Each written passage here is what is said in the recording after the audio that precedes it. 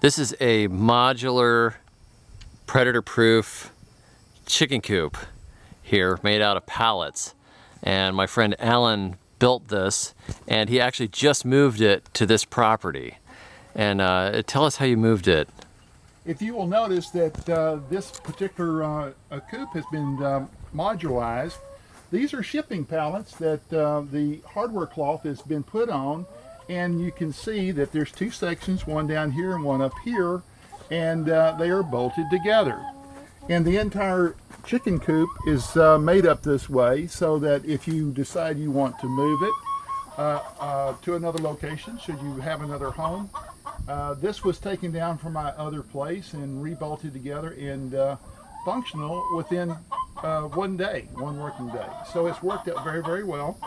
You can see it's got a door where you can go in, and the girls have plenty of space, a place to get under if they if it rains. There's a large feeder that keeps feed, a full bag of feed in there at all times.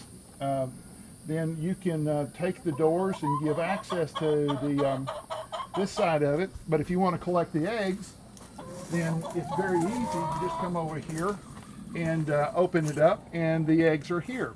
But you will notice I have two brooding hens at this point that are sitting on the eggs that were laid today, and so they take care of them and bring them together.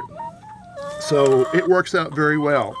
And one last feature that I have that's very convenient, so that when I have to clean out the chicken coop, I have a door right here that is the same size as one of the sections of the coop that I just lay down, and I can take a rake in there and pull all of the hay and the manure out and put fresh hay in there, and the girls are happy to go again.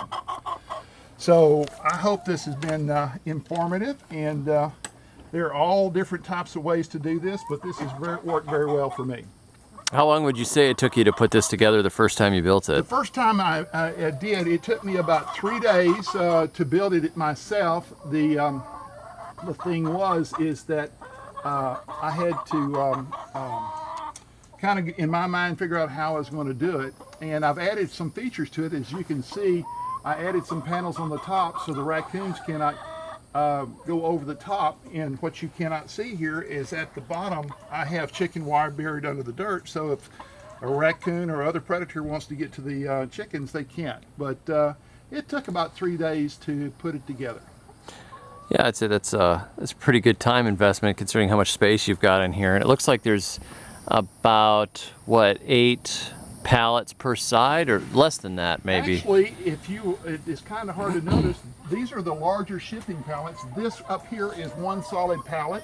Okay, they're the long ones. The very long ones, and this down here is a pallet within itself. So basically 2, 4, 6, 8 pallets that have been modified to make the entire coop. But it is the larger pallets, which sometimes are hard to locate.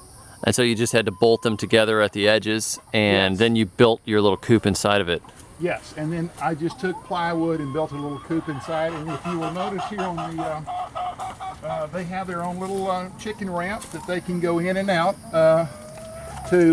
at night. They roost in there, and then they also can go in and lay their eggs. That's excellent. I see you've got a 5-gallon bucket. Has that got nipples on the bottom for water? I have 2 5-gallon buckets that have the chicken nipples on the bottom. There's one there that's manual, so that if for whatever reason, the second one that's hooked up to the water hose, this one has a float inside and will always stay full, and I don't have to worry about any water. But if this one fails, then I have a backup. You have a backup so they won't go thirsty. That's an excellent design. Thank you for showing us. I appreciate that. All right, good deal.